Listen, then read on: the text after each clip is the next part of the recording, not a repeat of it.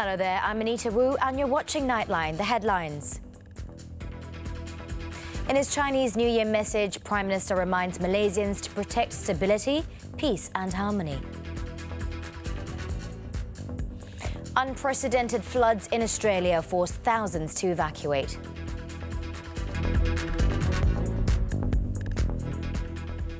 Our headlining story, the Prime Minister on Monday reminded the people to protect the nation's stability, peace and harmony. In his Chinese New Year message, Tun Dr. Mahathir Mohamad said Malaysians are fortunate to be able to celebrate diversity. He, however, said that while this is a norm, the peaceful situation might not always be the case. Kita tidak boleh pandang ringan perkara ini. Akan ada di kalangan kita pihak-pihak yang cuba mengeruhkan keharmonian ini untuk tujuan-tujuan tertentu. Saya harap kita tidak akan biarkan diri kita terhasut dengan perkara sebegini. Marilah sama-sama kita berikrar untuk menjaga kestabilan, keharmonian serta keamanan dalam negara yang kita sayangi ini.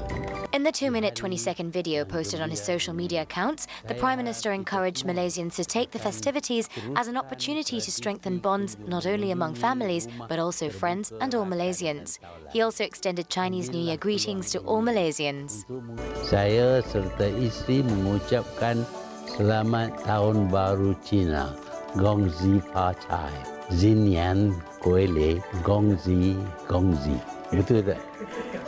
新年快乐 新年 快乐 快乐 Okey nak kata lagi sekali. Cuba新年快乐 快乐 Dah, okey lagi sekali. 新年快乐 Gongzi Gongzi. In the meantime, the Deputy Prime Minister on Monday said old traditions should be treasured and the values of family togetherness must be instilled among the younger generations. Datuk Seri Dr. Wan Azizah Ismail in her Chinese New Year message said the New Year signifies respect, filial piety and families coming together.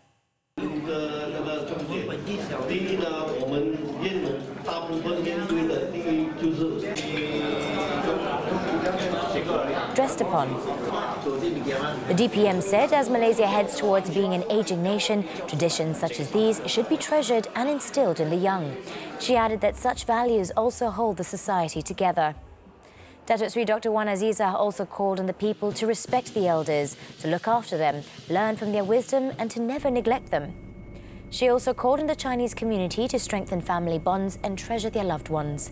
The Deputy Prime Minister also advised people to travel safe, to remember the loved ones and not to smoke while driving. Meanwhile, reunion dinners were held on Monday in conjunction with the eve of Chinese New Year.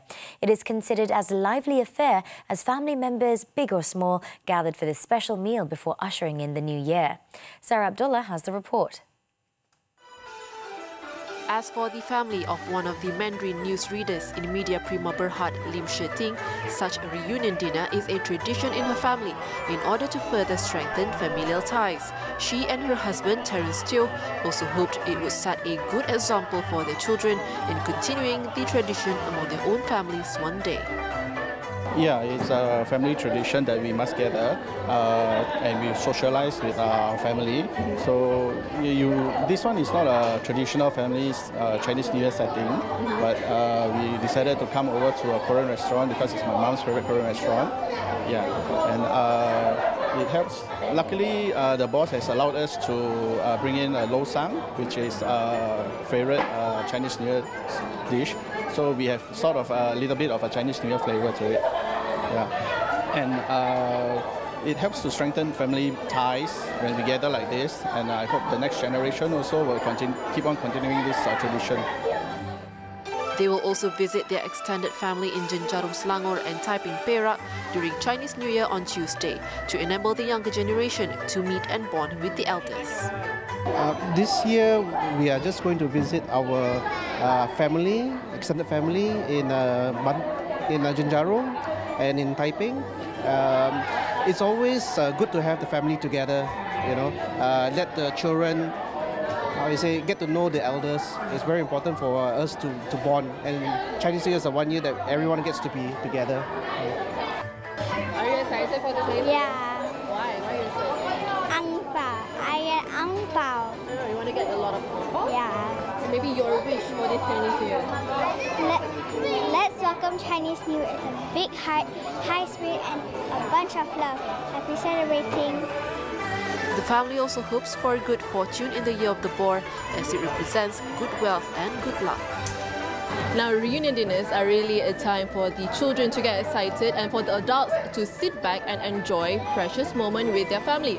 It is a time to forgive and forget all family squabbles and let harmony reign until the next reunion. Happy New Year to all those celebrating, and always be safe on the road.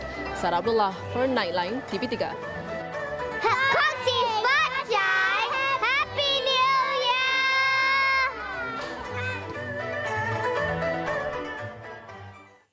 Chinese New Year's Eve has been alarmingly deadly for motorists across Malaysia.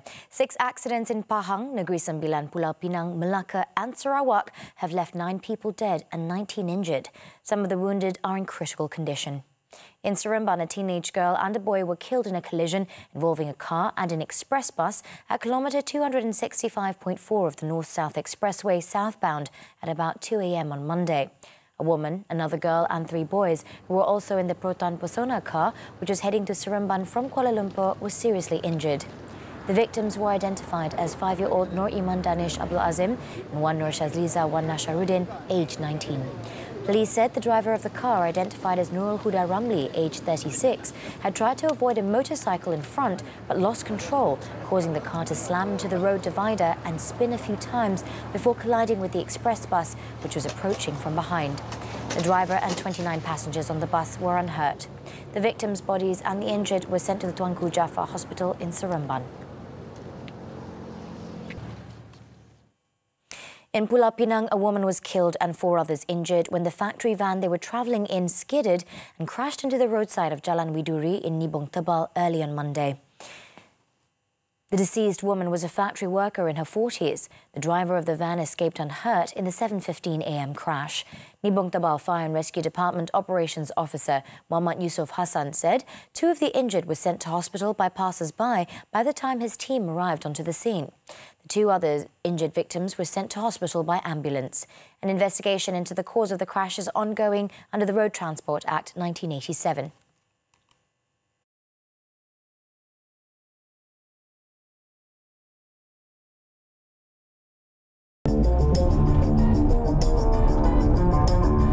Catch the auto segment every Friday on Nightline!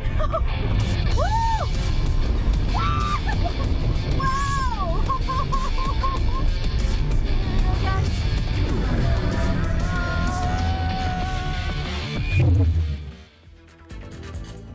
Dredger registered in Togo, confiscated over unlawful sand dredging. This and more when we return. Stay tuned.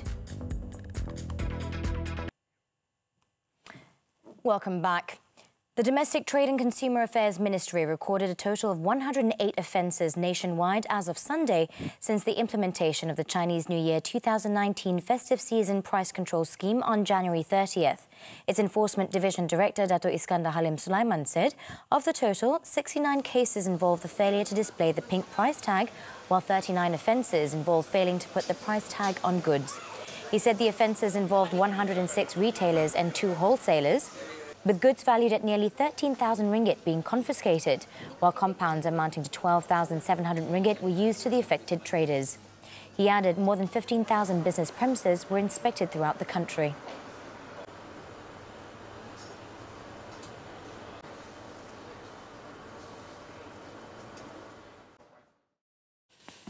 The Health Ministry revealed that about 60% of cancers in Malaysia are detected at late stages, namely at stage 3 and stage 4. Its Minister, Datuk Seri Dr. Zulkifli Ahmad, said among the main contributing factors for late detection is the lack of awareness on the importance of screening and early detection amongst Malaysians. In his message in conjunction with World Cancer Day on Monday, the Health Minister said a critical aspect to be highlighted in cancer prevention and control is the importance of early detection. Datuk Dr. Zulkifli pointed out that cancer is the second highest cause of death among Malaysians. The three most common cancers among men in Malaysia were colorectal, lung and nasopharynx, whilst the three most common cancers among women were breast, colorectal and cervix. He said the figures are expected to increase in the near future, attributable to the high prevalence of non-communicable diseases, risk factors and an ageing population.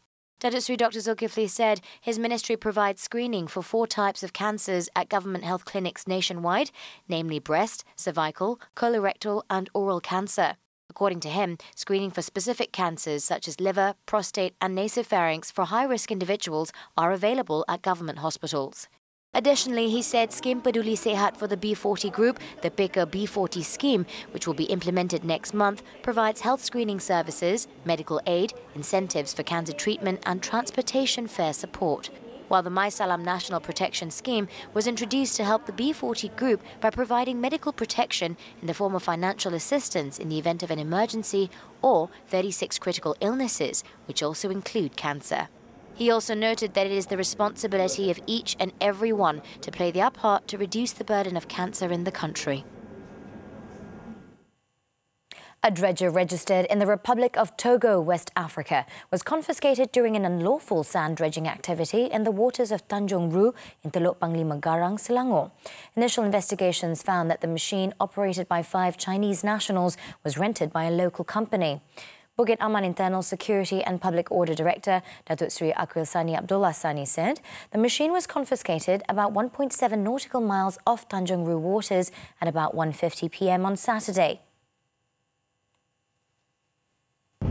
Yang kita percaya pasir-pasir ini akan dibawa ke darat selepas kapal penuh untuk dipasarkan ke tempat yang tertentu.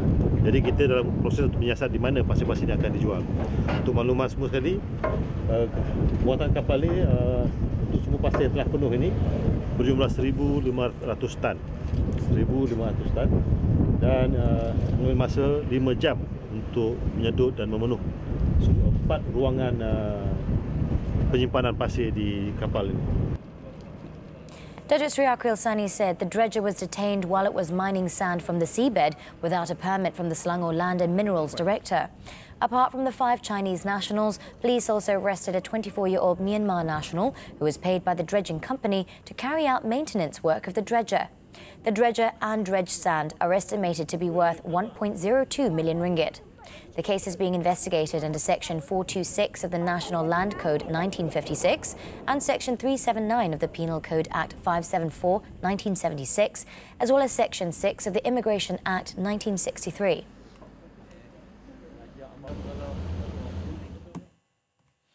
In Kuala Lumpur, police on Monday arrested a Russian couple over their street stunt of flinging their 6-month-old son.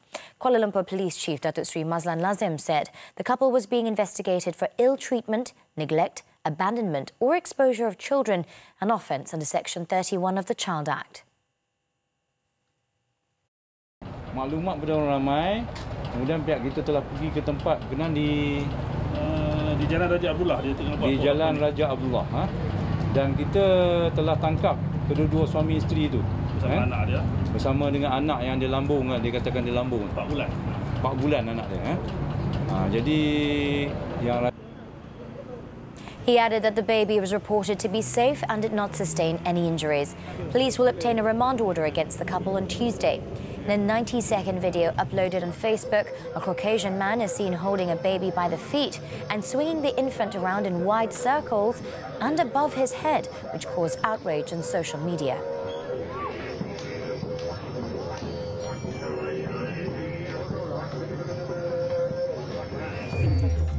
In Malacca, police arrested 4 suspects, including a woman believed to have been involved in 14 armed robbery cases around the state, including Johor, since a year ago. The group is also believed to be linked to an armed robbery of a senior couple in Malacca. Malacca CID Chief ACP Muhammad Yazid Idris said all suspects are remanded for 7 days until February 6th. The case is being investigated according to Section 395/397 of the Penal Code. Police have already recorded statements from family members and neighbours of 2 NRD staff members who died in a house fire at Bandar Baru Salak Tinggi in Sepang, Selangor on January 29th. Sepang District Police Chief ACP Abdul Aziz Ali said, so far no prime suspects have been identified in the murder case. Investigations, he said, is being carried out according to Section 302 of the Penal Code. In Pulau Pinang, the investigation papers on an accident involving an SUV which plunged into the sea from the Pulau Pinang Bridge has been submitted to the Attorney General's chambers. State Police Chief Datuk T. Narayanisagaran confirmed the submission of the report to the AG's chambers on Monday. He said the police will wait for instructions from the Deputy Public Prosecutor's Office on the next course of action, as well as the chemistry report. Police investigated the case under the Road Transport Act. Meanwhile, the task force of the Sri Mahamariamman Temple in Seafield, Selangor, filed an application to seek a judicial review of the coroner's court, barring it from being an interested party in the inquest to find out the cause of death of firefighter Muhammad Adib Muhammad Qasim.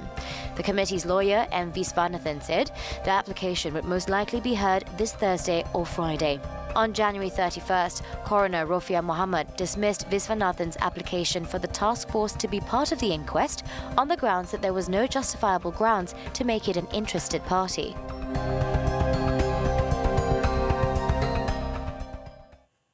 Manufacturers in Malaysia are optimistic that their output will be higher this year.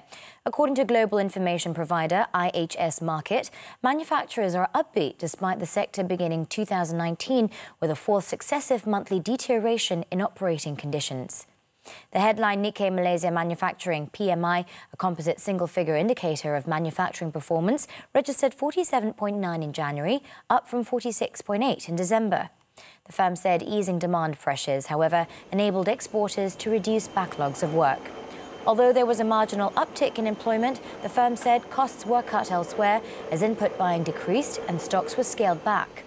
Elsewhere, it said survey data indicated falling purchasing prices, enabling firms to raise their own prices more slowly. Looking ahead, companies are optimistic that output would be higher in 12 months.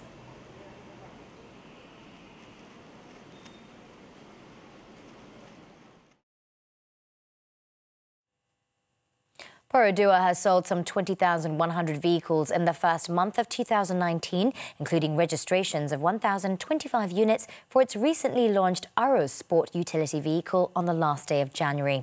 According to Perodua Sales Sdn Berhad's Managing Director, Datuk Zahari Hussein, despite the delay in the registration of Aros, the second national car maker managed to maximise the delivery of the model up to the wee hours in anticipation of the long Chinese New Year break.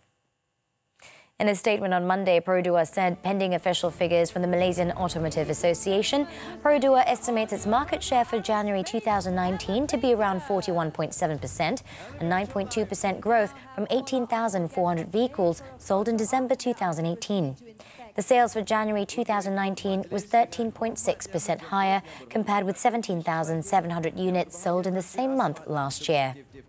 While the Aros has been well received with 8,000 bookings so far, Datuk Zahari said the other models also did equally well, with more than 19,000 units registered in January. Oh, okay. All right. Right. Yes, there you go. Side by side. That means four gentlemen. Yes, okay. That's right, left and right.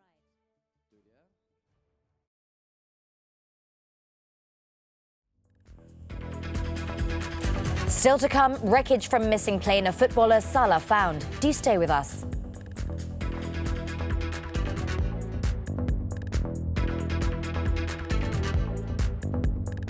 Welcome back. Several thousand homes in the northeastern state of Queensland remained under threat on Monday after rising floodwaters forced the evacuation of over 1,000 people. Authorities warned of dangerous and high-velocity flows along the Ross River after the floodgates were opened fully at the Ross River Dam on Sunday night, releasing about 1,900 cubic metres of water per second. Even after the release as of Monday morning, the dam was still at 229% capacity, holding about 532,000 gigalitres of water, or roughly as much as Sydney Harbour. Authorities reported that a record 1.16 metres of rain has fallen across the Townsville area over the past 7 days. More rain has been forecasted, with about 100 millimetres of rain scheduled to hit Townsville on Monday and another 50 to 75 millimetres on Tuesday. The floods follow weeks of unrelenting heat across Australia, which caused mass animal die-offs, raging bushfires and prolonged and severe drought. To make matters worse for the terrified residents fleeing their homes, there have been numerous sightings of crocodiles and snakes being swept along with the floodwaters.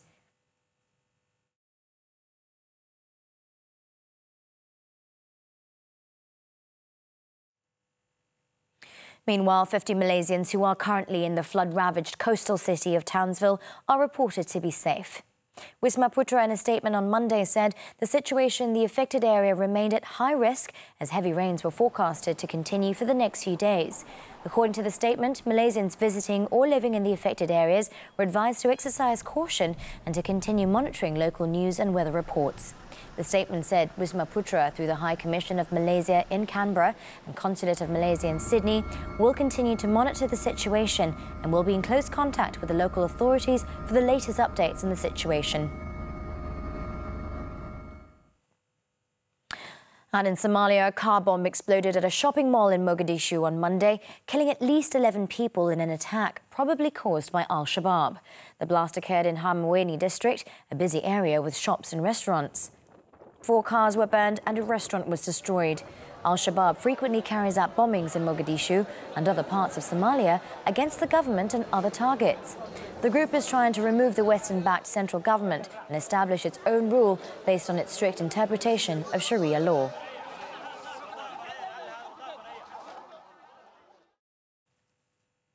Wreckage from the plane carrying Argentine football star Emiliano Sala that disappeared over the English Channel almost 2 weeks ago has been found. Britain's Air Accidents Investigation Branch, or AAIB, in a statement said, based on analysis of underwater remotely operated vehicle, or ROV, video footage, the investigators on board the vessel concluded that the object is wreckage from the missing Piper Malibu aircraft. It said in video footage from the ROV, 1 occupant is visible amidst the wreckage. The AAIB is now considering the next steps in consultation with the families of pilot David Ibbotson and Sala and the police.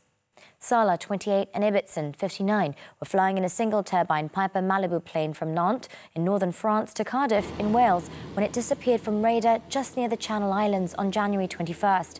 Sala had recently signed with the English Premier League club Cardiff City for a reported $19.3 million from French club Nantes. He was headed to his new club after saying farewell to his former teammates in France.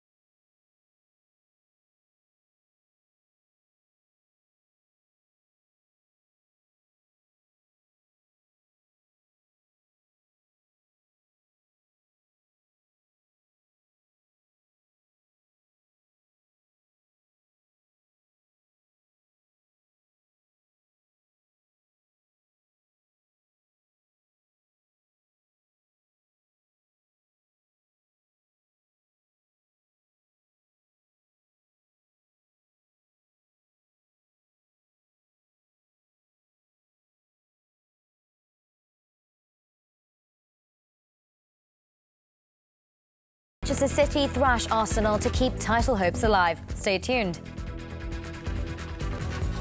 We're back with sports news now. Football, the English Premier League. Defending champions Manchester City reasserted themselves in the title race following a 3-1 victory over Arsenal, thanks to a hat-trick by Sergio Aguero.